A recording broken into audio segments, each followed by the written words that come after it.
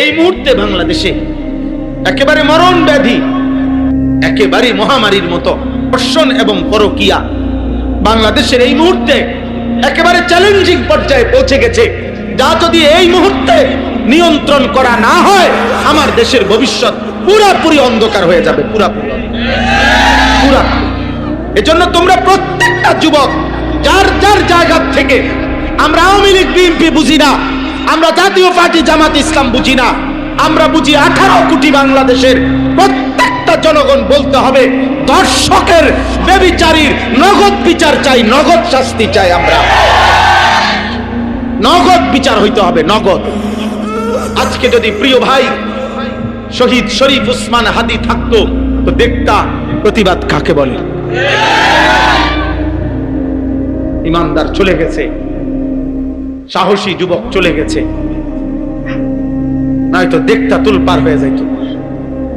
আল্লাহ পাক আবার আমার দেশে তোমাদের মাঝ থেকেই হাদির মতো সন্তান আল্লাহ কবুল করে নেন। দয়া করো, প্রত্যেকেই ফিকির করো, আখলাকের হেফাজত করো। আব্বা, তোমার মা আছে, তোমার বোন আছে, তোমার কন্যা আছে, তোমার স্বজন আছে। আমরা পারস্পরিক মানুষ, সামষ্টিক মানুষ। আমরাই সবাই আত্মীয় স্বজন, আমরা সবাই আপনজন। যেখানে আপন কন্যা, আপন বোন, 8 বছরের বাচ্চা মেয়েও যেখানে নিরাপদ না, যে মাটিতে, তোমরা টিকবা কেমনে আব্বা? আরে ছেলেরা বুঝো বেটা, তোর বোন আছে ছোট, আগামী দিনে তোর বোন নিরাপদে বাঁচবে কেমনে আব্বা? তোমাদেরও তো ছোট বোন আছে। 8 বছরের মেয়ে যদি আমার বাংলার জমিনে যদি 92% চাইতে বেশি মুসলমান, 3 লক্ষের চাইতে বেশি মসজিদ আছে বাংলাদেশে, প্রতিদিন কমপক্ষে 30 লক্ষ ছাত্র ছেলে মেয়ে মাদ্রাসায় পড়ে, যে বাংলাদেশে 5 ওয়াক্ত নামাজের মসজিদে আজান হয়। সারা বাংলাদেশে কোথাও এমন নাই যেখানে আজান নিষিদ্ধ। তাহলে সারা বাংলাদেশের কোনায় কোনায় যেখানে 5 ওয়াক্ত নামাজের আজান হয়, যেখানে এত কোটি কোটি মুসলমান, সেখানে যদি 8 বছরের মেয়ে ধর্ষিতা হয়, 8 বছরের মেয়ের যদি কল্লা শরীর থেকে কাইটা আলাদা করে ফেলা হয়, এতটা ছোট্ট মাসুম মেয়ে, ও আখিরাতে গিয়ে কি বলবে, আল্লাহর কাছে কি বলবে? ওই ছোট্ট মেয়েটা যদি হাসরের ময়দানে দাঁড়ায়া আল্লাহকে বলে, আল্লাহ আমার জাতির এতগুলো মানুষ বাইচা থাকতে আমি 8 বছরের মেয়ে আমার এভাবে মেরে ফেললো, আমার শরীরটা 2টা টুকরা করে ফেললো, তাহলে বলো আব্বা, বলো ছেলেরা, তোমাদের বিবেকে যদি লাগে তোমাদের বোন আগামী দিনে নিরাপদ? প্রত্যেক মানব সন্তানের ভিতরে এই ছোট বাচ্চা ওইটা বুঝছে, ওই দেখছেন নি, ওই মোবাইল ধরে রাখছে, মানে সৃষ্টিগত ভাবে গুনার প্রতি ঘৃণা। খোদার কসম, এই কোরআন ধরে বলি, আল্লাহ মানুষের জন্মসূত্রে দিয়ে দিছিলেন, এই পরিবেশ নষ্ট করে দিয়েছে। আল্লাহ জন্মসূত্রে মানুষের বাচ্চার মধ্যে আল্লাহকে মানার যোগ্যতা দিয়েই পাঠাইছিলেন। কিন্তু আমরা আফসোস, আমরা সবাই মিলে আমাদের সমাজ ছেড়ে দিছি। তোমরা বলো ভাই, তোমরা যারা 18 বছর, 14 বছর, 16 বছরের ছেলে, তোমরাই বলো, তোমাদের ছোট বোন আছে না কারো? তো তোমাদের বোন আগামী দিনে কেমনে নিরাপদ থাকবে বলো ভাই? সবাই মিলে যেভাবে তোমরা মোবাইলে পাগল হয়ে গেলা, সবাই যে যা পাইতেছো দেখতেছো, সবাই মনে করে চাচ্ছ সারা পৃথিবীর সব নারী, তোমার দেশের সব মহিলা উলঙ্গ হয়ে যাক, তুমি সবাইকে দেখতে চাচ্ছ। তাইলে আগামী দিনে তোমার বোন বাঁচবে কেমনে? তোমার কন্যা বাঁচবে কেমনে? আমারও তো 4.5 বছরের ছোট্ট মেয়ে আছে, আমার সে মেয়ে বড় হবে কোন সমাজে বলো? আগামী দিনে আল্লাহ চাহে তো, এখন তোমাদের যাদের বয়স 16 বছর, 18, 20 বছর, আল্লাহ যদি হায়াত দেয়, আমরা দোয়া করি আল্লাহ তোমাদেরকে হায়াত দিক, তো তোমরাও তা আগামী 10 বছরের ব্যবধানে আল্লাহ দিলে ইনশাআল্লাহ তোমরা তো বিয়ে করবে। তো যে মেয়েটা বড় হইতেছে, আগামী দিনে তুমি যাকে বিবাহ করবে, ও যদি ইজ্জত নিয়ে বড় না হয়, সতীত্ব নিয়ে বড় না হয়, চরিত্র নিয়ে বড় না হয় তো তুমি চরিত্রবান মেয়ে কোত্থেকে খুঁজে আনবে? তোমরা যে যাকে পাচ্ছ, যে যেখানে পাইতেছ, নারীর ছবি তুলতেছ, মেয়ের ছবি তুলতেছ, যে যাকে পাচ্ছ তারে ফুসলাইয়া প্রলোভন করে হারাম প্রেম ভালোবাসার নামে অশ্লীলতার মধ্যে ডুবাই দিতেছ। তা আগামী দিনে বাঁচবা কেমনে আব্বা? পবিত্র নারী মিলবে কিভাবে? মোবাইলের নারী আর ঘরের বিবাহিত স্ত্রী এক কথা না, দুইটা তো এক বিষয় না রে বাপ। বাঁচতে শিখো, বাঁচতে শিখো। আমরা বললাম এটা একক কোন সরকারের দায়ী করলে হবে না। একটি দেশের সম্মিলিত জনগণ আমরা, ছোট বড় নাবালেগ বয়স্ক নারী পুরুষ, আমাদের প্রত্যেকের সচেতনতা, প্রত্যেকের সামষ্টিক প্রচেষ্টা আমাদের সমাজ থেকে এই মুহূর্তে বাংলাদেশে একেবারে মরণ ব্যাধি, একেবারে মহামারীর মতো ধর্ষণ এবং পরকীয়া বাংলাদেশের এই মুহূর্তে একেবারে চ্যালেঞ্জিং পর্যায়ে পৌঁছে গেছে। যা যদি এই মুহূর্তে নিয়ন্ত্রণ করা না হয়, আমার দেশের ভবিষ্যৎ পুরাপুরি অন্ধকার হয়ে যাবে, পুরাপুরি।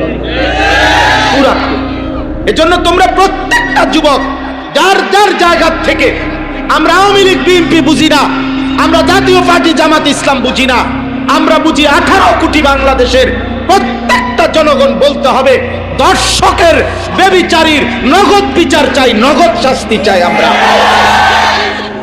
নগদ বিচার হইতে হবে, নগদ। আজকে যদি প্রিয় ভাই শহীদ শরীফ উসমান হাদি থাকতো তো দেখতা প্রতিবাদ কাকে বলে। ইমানদার চলে গেছে, সাহসী যুবক চলে গেছে, নয়তো দেখতা তুলপার হয়ে যাইত। আল্লাহ পাক আবার আমার দেশে তোমাদের মাঝ থেকে হাদির মতো সন্তান আল্লাহ কবুল করে নেন। দয়া করো, প্রত্যেকে ফিকির করো, আখলাকের হেফাজত করো। আব্বা, তোমার মা আছে, তোমার বোন আছে, তোমার কন্যা আছে, তোমার স্বজন আছে। আমরা পারস্পরিক মানুষ, সামষ্টিক মানুষ। আমরাই সবাই আত্মীয় স্বজন, আমরা সবাই আপনজন। আমাদের মা, আমাদের বোন, আমাদের নারী, আমাদের কন্যারা যদি আমাদের সমাজে নিরাপদে থাকতে না পারে, যেখানেই লাঞ্ছিত হয়, যেইখানেই হোক, যার দ্বারাই হোক, সেটাই চরম ঘৃণিত এবং তার বিরুদ্ধেই প্রতিবাদ করা আমাদের দায়িত্ব। সে যেই হোক, আমার ঘরের হোক, আপনজন হোক আর দূরের হোক, আমার সমগোত্রীয় হোক অথবা অন্য গোত্রের হোক। ধর্ষক ধর্ষকই, ব্যভিচারী আমরা ধর্ষককে থুতু মারি, আমরা ব্যভিচারীকে আমরা থুতু মারি, চরিত্রহীনকে আমরা ঘৃণা করি। আল্লাহর নবী সাল্লাল্লাহু আলাইহি সাল্লাম বলেন দুইটা পাপ মারাত্মক, একটা হলো জিনা, ব্যভিচার, নারীর সাথে হারাম সম্পর্ক, আর একটা হলো মদ পান করা, নেশা করা। নেশা খোদার কসম হাদিসে আছে, নবীজি বলছে যে নেশা করে এবং জিনা করে, প্রিয় ভাই মনে রাখেন, আল্লাহর নবী বলেন জিনাকার যখন জিনা করে, নেশাখোর যখন নেশা করে, এর ঠিক তার পূর্ব মুহূর্তে আল্লাহ ওই নাফরমানের কলিজা থেকে ঈমান টেনে বাইর করে ফেলে, যেভাবে গায়ের জামা খুলে ফেলে। নবীজি হাদিসে উদাহরণ দিয়েছেন। নবীজি সাল্লাল্লাহু আলাইহি সাল্লাম বলেন মান শারিবাল খামরা মান জানা ওয়া শারিবাল খামরা, যে ব্যভিচার করে এবং মদ পান করে, আল্লাহ তার অন্তর থেকে নাজা আল্লাহু মিন কলবিহিল ঈমান, আল্লাহ তার অন্তর থেকে ঈমান এভাবে খুলে ফেলে, কামা ইয়াখলাউল ইনসানু আল কামিসা মিন রাসিহি, মানুষ যেমন তার গায়ের জামা খুলে ফেলে। আল্লাহ যেন বলে নারীর সাথে হারাম সম্পর্ক করতে যাচ্ছ, বেঈমান দাঁড়া, আমার ঈমান আমারে দিয়া যা, যা এবার যা বেঈমান, এবার যা। আল্লাহ যেন মদখোর নেশাখোরকে বলে, নেশাখোর, গাঁজাখোর, ফুট্টাখোর, বাবাখোর, নেশা করতে যাচ্ছ, দাঁড়া, আমার ঈমান আমারে দিয়া যা, যা এবার যা। এবার যাও। বলেন নাউজুবিল্লাহ। কত বড় বিপদের কথা ভাই। এই ঈমান যদি আর ফেরত না আসে, এই ঈমান যদি আর ফেরত না আসে, তো চিরস্থায়ী জাহান্নাম। ঈমানবিহীন কবরে গেলে চিরস্থায়ী জাহান্নামী না? কথা বলে না তো? এই অবস্থায় যদি মৃত্যু হয়, উলঙ্গ ছবি দেখতে দেখতে তুমি যে রাত গভীরে ঘুমায় গেলা, আর যদি ঘুম না ভাঙে, প্রতিদিন সারা পৃথিবীর আন্তর্জাতিক রিপোর্ট এটা, প্রত্যেক দিন সারা পৃথিবীতে প্রতি বছর কয়েক মিলিয়ন মানুষ শুধু ঘুমেই মারা যায়। এটা আন্তর্জাতিক হিসাব। কয়েক মিলিয়ন, 1 মিলিয়ন মানে 10 লাখ, 10 লক্ষ হলে 1 মিলিয়ন হয়। এরকম কয়েক মিলিয়ন মানুষ, মানে কোটি কোটি মানুষ ঘুমেই মরে যায়। আর ঘুম, আমার নিজস্ব জানাশোনা আমার আত্মীয়র মধ্যে 2 জন মানুষ এমন, 2 জন, একজন মাঝ বয়সী, আরেকজন একটু বয়স্ক, ঘুমের মধ্যে মারা গেছে। জলজ্জান্ত মানুষ, একজন প্রফেসর শুইছে রাত্রে, ভালো মানুষ, সকালবেলা দরজা ভাঙ্গিয়া, জানালা আরে সিটকারি ভাঙ্গিয়া এরপরে বাইর করছে মরা। এই জন্য আমরা তোমাদের ভালোর জন্য বলছি, আমি কঠোর বললাম, শক্ত বললাম। আমার সমাজ অনিরাপদ হয়ে গেছে। প্রতিদিন পত্রিকার পাতা দেখেন, আপনারা খবর শুনেন, বাবা চাচা যারা আছেন আপনারা একটু খবর শুনেন, পরকীয়া কি পরিমাণ। নারী পুরুষকে হত্যা করে, পুরুষ নারীকে হত্যা করে, নারী আরেক পুরুষের জন্য নিজের কোলের বাচ্চা মাইরা ফেলে। ওমা, এরকম জঘন্যতা পৃথিবীতে তো আইয়ামে জাহিলিয়াতে, সেই ইসলাম পূর্ব বর্বর যুগতে এমন কাহিনী ছিল। এ কোন সমাজ আমাদের? এ কোন পৃথিবীতে আমরা আসছি? নারীর স্বামী আছে, ওমা অন্য পুরুষ খুঁজে, পুরুষ স্ত্রী আছে, অথচ নাফরমান ব্যভিচারী অন্য নারী তালাশ করে। আস্তাগফিরুল্লাহ, আস্তাগফিরুল্লাহ। আর কি আশ্চর্য কথা! আপনারা দেখেন পত্রিকার রিপোর্ট, প্রতিদিনকার রিপোর্ট শুনেন, চ্যানেলের খবরগুলো শুনেন, কি বলে প্রতিদিন। এই জন্য আমরা আলহামদুলিল্লাহ জায়গায় জায়গায় এতটুকু। এবার আসেন একটু এদিকে বলি। এদিকে বলি মানে হলো, রাত্রি যত অন্ধকার হয়, রাত যত গভীর হয়, এ কথাও সত্য, আলো তত কাছায়া যায়। এখন বাজে মাত্র 9টা 22, বুঝা গেল এখনো রাত বাকি অনেক। কিন্তু যদি বাজে রাত 3টা, অন্ধকার যদিও খুব গভীর, কিন্তু বুঝতে হবে ভোর কাছায় গেছে, সকাল কি হয়ে গেছে, কাছায় গেছে, আলো কাছায় গেছে। এই জন্য চরিত্রহীনতা, অসভ্যতা, মারামারি, খুনে খুনি, হত্যা, খুন, ধর্ষণ, ব্যভিচার, আরাম, নাফরমান, অশ্লীলতা, বেহায়াপনা, এটা যেমন খুব বেড়ে গেছে, বুঝা গেছে আরেক পিঠে আলো কাছায় গেছে। এই জন্য আলহামদুলিল্লাহ সারা বাংলাদেশে এখন, সারা বাংলাদেশে গলিতে গলিতে গলিতে গলিতে আলহামদুলিল্লাহ আল্লাহর দয়ায় মুসলিম নওজোয়ান, এই 18-20 বছরের কিশোর যুবকরা ইসলামের দিকে, কোরআনের দিকে, ওয়াজ মাহফিল, নসিহত, আল্লাহর দ্বীনের দিকে ব্যাপকভাবে এগিয়ে আসছে। আলহামদুলিল্লাহ আলো কাছায় গেছে। কালকে আমি যেখানে মাহফিল করছি, কুমিল্লা সদর দক্ষিণ, ওনারা আমারে দেখাইছে, হুজুর ক্লাস 6, 7, 8, সর্বোচ্চ ক্লাস 8 পর্যন্ত পড়ে, এই 3 ক্লাসের বাচ্চা প্রায় 25 থেকে 26 জন, ওরা এই মাহফিলটা সাজাইছে। মানে কালকে আমি যে ওয়াজ করছি, কয়েছে হুজুর আমাদের সবচেয়ে বড় লিডার ক্লাস 8 এর। তাহলে বোঝা গেল আলো কাছায় গেছে, আলো কি কাছায় গেছে। আলহামদুলিল্লাহ প্রত্যেক জায়গায় সারা বাংলাদেশে আমরা, সেদিন আমি সিলেট ফজরের নামাজের পরে বাদ ফজর বয়ান করছি, এই 3-4 দিন আগে। আমরা একটা কাজ করি সারা বাংলাদেশে, ফজর ক্যাম্পেইনের কাজ করি, অর্থাৎ ফজরের নামাজে মুসল্লি বৃদ্ধির জন্য সারা বাংলাদেশে আমরা ফজরের মুসল্লি বৃদ্ধির জন্য প্রচারণা করি।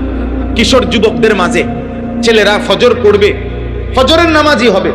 আমাদের বিজয় ফজরের নামাজে, কোরআন শরীফে আছে, সূরা বনী ইসরাইলের মধ্যে আছে। ফজরের নামাজ বিজয়ের নামাজ, ফজরের নামাজ। এই জন্য ফজরের নামাজের অনেক ফজিলত। নবীজি সাল্লাল্লাহু আলাইহি সাল্লাম বলছে, ফজরের নামাজ মুমিন আর মুনাফিকের পার্থক্য করে। কোন ব্যক্তি মুমিন না মুনাফিক, আল্লাহর কসমে কোরআন ধরে বললাম, নবীজির হাদিস মতে এটা প্রমাণ হয় কিভাবে? ফজরের নামাজ। নবীজি যাকে ফজরের নামাজে অনুপস্থিত দেখতেন তাকে মুনাফিক মনে করতেন। সাহাবায়ে কেরাম বলছেন, আমরা নবীজির জামানায় যাকে আমরা ফজরের জামাতে না দেখতাম, খোদার কসম আসানা বিহি জান, হযরত আব্দুল্লাহ ইবনে ওমর বলেন, আমরা তাকে ভাবতাম হয় রোগাক্রান্ত আর নয়তো মুনাফিক। লোকটি হয় অসুস্থ যার কারণে আসতে পারে নাই, আর নয়তো মুনাফিক। মুনাফিক মুনাফিক কোরআনুল কারীমে স্পষ্ট আছে মুনাফিকের ব্যাপারে। আল্লাহ বলছে মুনাফিক এমন, মূলত সে আল্লাহর পথে আসতে চায় না। ওয়ালাউ আরাদুল খুরুজা লা আ'আদু লাহু উদ্দা। আল্লাহ বলে সে যদি আসলে আমার পথে বের হইতে চাইতো তাহলে কিছু প্রস্তুতি নিত। মানে আসলে যদি সে ফজরের নামাজ পড়তে চাইতো তাহলে সে মোবাইলে অ্যালার্ম দিত, তাইলে সে অ্যালার্মওয়ালা ঘড়ি কিনতো, তাইলে তার আগে আগে ঘুমাইয়া যাইতো, তাইলে সে এক দুজনের সাথে পরামর্শ করত যে ভাই আমি কিভাবে উঠতে পারি। এই নিয়ে তার কোনো মানসিক প্রস্তুতি নাই, এটা তার কলজার ভিতরেও নাই। তাইলে আল্লাহ তাআলা বলছেন এটা মুনাফিকের চিহ্ন। ওয়ালাকিন কারিহাল্লাহুম বিআসাহুম ফাসাব্বাতাহুম ওয়া কিলা কুদু মাআল কাঈদিন। নাউযুবিল্লাহ। আল্লাহ কোরআনে বলছে মূলত মুনাফিক এমন, আল্লাহই চায় না মুনাফিক ঈমানদারের সুরত ধরুক। আল্লাহ বলেন আমি চাই না, মুনাফিক ঘৃণিত।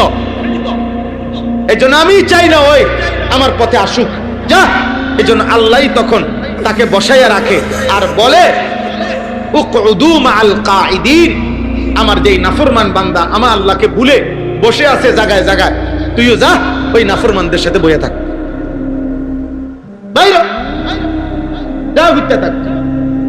কোরআন শরীফের আয়াত, কি সাংঘাতিক কথা দেখছেন। এজন্য তো বলতেছিলাম বাদ ফজর দেখছি যুবক সাইকেল দিয়া দিয়া ফজরের নামাজ জামাত ধরছে। পুরা 3 তালা মসজিদ, সিলেট শহরে সদরে একটা বড় মসজিদে পুরা 3 তালা, দোতলা, নিচতলা কানায় কানায় পূর্ণ ছিল। তখন ওই মুসল্লিরা বলল যে হ্যাঁ হুজুর, এটা ইনশাআল্লাহ আগামী দিনে এটা হবে ইনশাআল্লাহ। খুব দ্রুতই ইসলামের বিজয় হবে, চূড়ান্ত বিজয় হবে সেদিন। মুসলমানের জুম্মা আর ফজরের মুসল্লি বরাবর হবে যেদিন। নিয়ত করো ইনশাআল্লাহ, ইনশাআল্লাহ তোমার হাতে আগামী দিনের পতাকা উঠবে ইনশাআল্লাহ, কালিমার পতাকা, ইসলামের পতাকা ইনশাআল্লাহ। সারা পৃথিবী আড়মোড়া ভেঙে নতুন করে রেডি হচ্ছে। সারা পৃথিবী 2 ভাগ হয়ে যাচ্ছে, কুফর একদিকে, মুমিন একদিকে। আগামী দিনে চূড়ান্ত যুদ্ধ এমনই হবে। আল্লাহ আমাদেরকে বুঝ দান করেন, আল্লাহ আমাদেরকে বিবেক দান করেন। আল্লাহ তাআলা আমাদের এই ছেলেদেরকে আল্লাহর দিকে ফিরায়া দেন। আমি অনুরোধ করলাম একটা ছেলেকে হলেও বললাম, প্রিয় ভাই, আমার এটা ফিকির, আমার এটা চেষ্টা, আমার এটা আন্তরিক প্রচেষ্টা। আমি আর এখন কাউকে কোনো প্রতিপক্ষ মনে করি না, কাউকে না, কারো প্রতিপক্ষ আমার কোনো প্রতিপক্ষ মনে করি না। আমার আর কোনো প্রতিপক্ষতার দরকার নাই। আমি মনে করি আমাদের এই মুসলিম কিশোর যুবক নওজোয়ানরা আল্লাহর দিকে ফিরবে, 5 ওয়াক্ত নামাজ পড়বে, ফজরের নামাজ জামাতে পড়বে, আগামী দিনের ইসলামের পতাকা উড়াবে ইনশাআল্লাহ। ইনশাআল্লাহ বলো, ইনশাআল্লাহ বলো নওজোয়ান, ইনশাআল্লাহ। তোমরা চেষ্টা করো আব্বা, নষ্ট হইও না। নষ্ট হইলে কেউ মনে রাখবে না। পচে গেলে মানুষ ফেলে দিবে, আবর্জনা মানুষ ফেলে দেয়, পচা জিনিস মানুষ ফেলে দেয়, নষ্ট হয়ে গেলে মানুষ ফেলে দেয়। তুমি যদি চরিত্রহীন নারী দেখে দেখে, ছবি দেখে দেখে, অশ্লীল দৃশ্য দেখে দেখে, উলঙ্গ ছবি দেখে দেখে আব্বা শরীরটা, চরিত্রটা, আখলাকটা নষ্ট করে ফেলো, কেউ খবর নিবে না। খবর নি। মা বাপ, আপন বাবা এক সময় বলে ফেলে নিজের মার কাছে, নিজের স্ত্রীর কাছে, এই অজাত মানুষ হইতো না, বাদ দাও। আপন আপন ফুতের ব্যাপারে বলে ফেলে, এই অসভ্য আর মানুষ হইতো না, বাদ দাও, তারে যেটা মনে করি এটা করতে কও, আমি জানি না তার ব্যাপারে। কোন বাবা যদি এটা বলে ফেলে, এবার তারে ডাকবে কে? মা যদি বলে ফেলে, এবার তাকে ডাকবে কে? বলো ভাই। এই জন্য ফজরের নামাজ পড়ো। ফজরের নামাজ বরকতপূর্ণ নামাজ।